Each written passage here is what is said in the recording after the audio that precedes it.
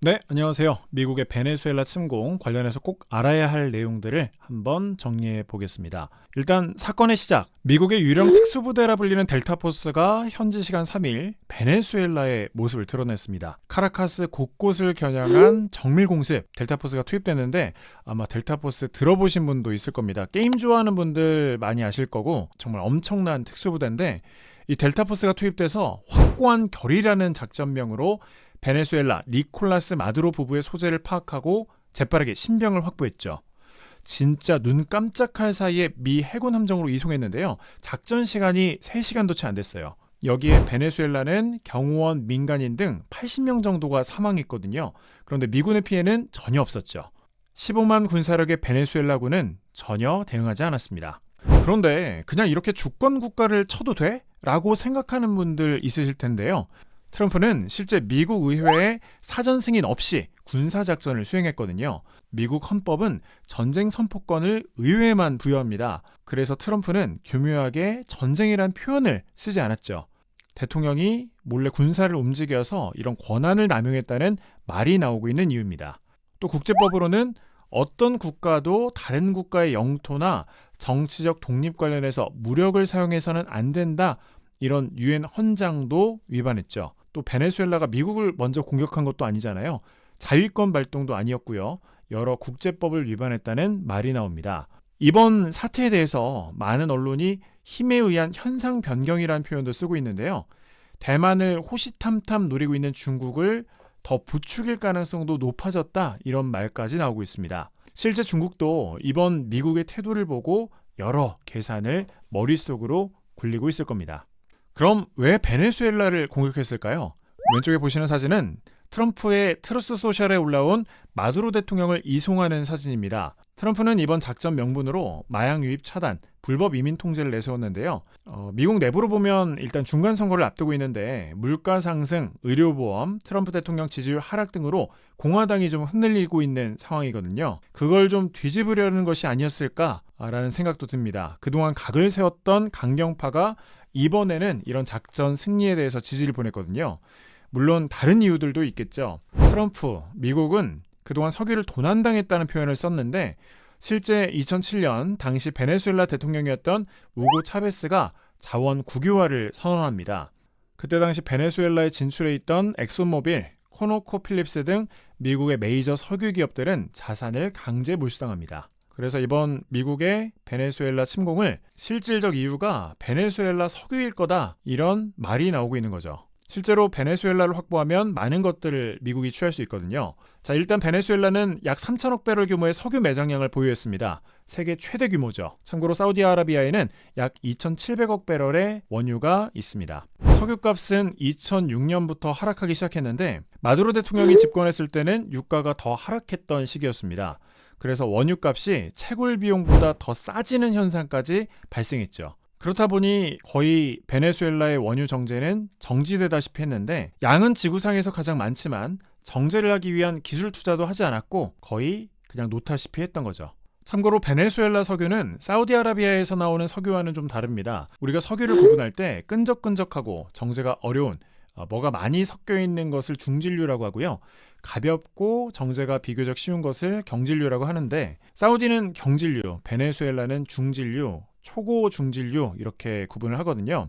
미국은 지금까지 캐나다, 멕시코, 중동 등에서 중진류 수급을 하고 있었는데 여러 가지 상황들 때문에 수입처들이 계속해서 막히고 있었습니다. 그런데 미국 정유소 상당수는 중진류를 써야 잘 운용이 됐어요.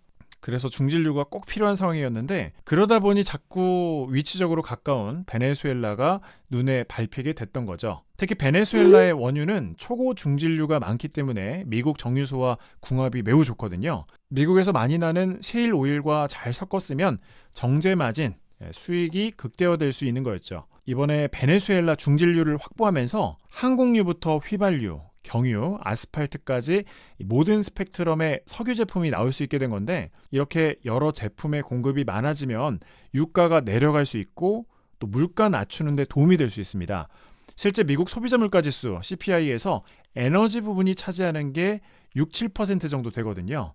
물가가 낮아지게 되면 또 금리를 내리는데 부담이 없게 됩니다. 금리가 낮아져야 AI라든지 새로운 산업에 자금이 더 활발하게 돌 수 있겠죠. 미국 중간선거에서 중도 표심의 향방도 중요한데, 중도 표심은 생활 물가에 직접적인 영향을 받기 때문에 에너지 가격과 금리가 내려가면 집권당인 공화당에게 조금 더 우호적인 분위기로 바뀔 수가 있거든요.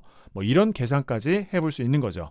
또 한편으로는 베네수엘라가 미국의 심기를 계속 불편하게 했어요. 미국 경제를 단단하게 지탱하고 있는 게 바로 페트로달러 원칙인데요. 석유는 오직 달러로만 거래된다.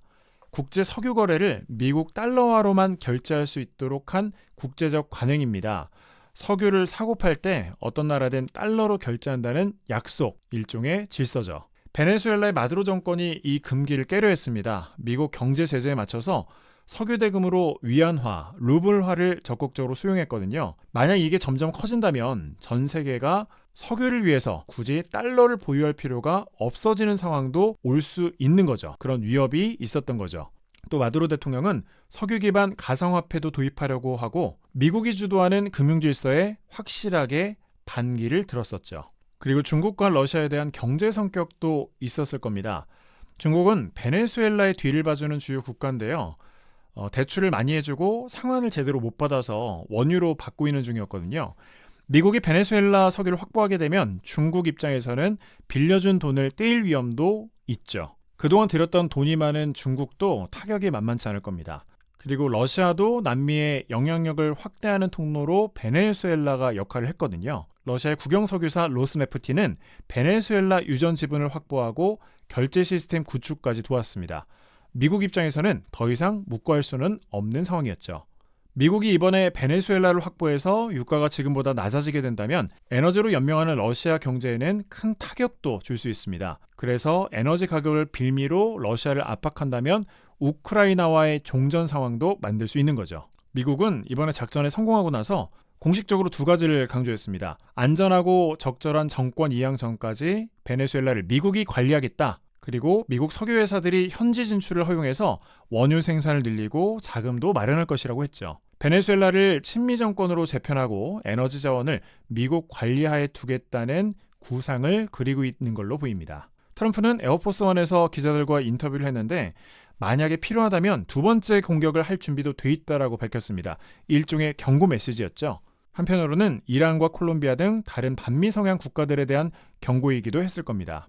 이런 경고를 해서인지 델시 로드리게스 대통령 관한대행 겸 부통령 입장이 바뀝니다. 원래 당초에는 마두로 대통령을 향한 충성을 다짐하는 분위기였는데 미국의 협력을 요청하는 분위기로 바뀝니다. 우리는 미국이 국제법 틀 안에서 우리와 함께 공동 발전을 지향하는 협력 의제를 중심으로 협력할 것을 요청한다. 우리 국민과 우리 지역은 전쟁이 아니라 평화와 대화를 누릴 자격이 있다. 우리는 주권 평등과 내정 불간섭을 전제로 미국과 베네수엘라가 균형 있고 상호 존중하는 국제관계로 나아가는 것을 우선시한다. 이렇게 인스타그램에 올리게 됩니다. 트럼프의 경고가 먹혔다고 볼 수 있겠죠. 과연 미국은 앞으로 베네수엘라를 어떻게 다루게 될까요? 이제부터 베네수엘라 혼돈은 더 심해질 겁니다. 또 앞으로 중국과 러시아도 계속해서 줄다리기를 하면서 전략을 세워나갈 것으로 보입니다. 오늘 내용은 여기까지입니다. 처음으로 긴 내용을 만들어봤는데요. 앞으로 더 꼭 알아야 할 내용이 있다면 잘 정리해서 꼭꼭 씹어서 시청자분들께 전해드리도록 하겠습니다. 아나운서 황인성이었습니다. 고맙습니다.